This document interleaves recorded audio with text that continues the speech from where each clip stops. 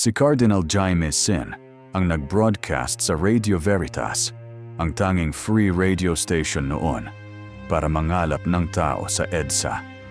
Naging turning point ito. Pero ang hindi nalalaman ng marami, ang Radio Veritas ay partly funded ng Vatican at ng ilang Western interests na gustong makita ang pagbabago sa Pilipinas. Hindi ito bawas sa kagitingan ng mga taong pumunta. Milyon-milyon ang lumabas dahil sa tunay na pagmamahal sa bansa. Pero ang kasaysayan ay palaging mas komplikado kaysa sa ating naalala.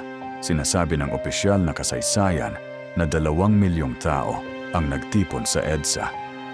Pero ilang independent na historian at journalist ang nagtatanong, base sa laki ng EDSA highway at sa mga aerial photos noon, posible bang umabot talaga sa ganoon karami?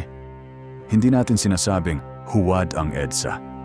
Kahit kalahati ng bilang, 1 milyong tao sa isang highway, ay isa pa ring kahanga-hangang pangyayari.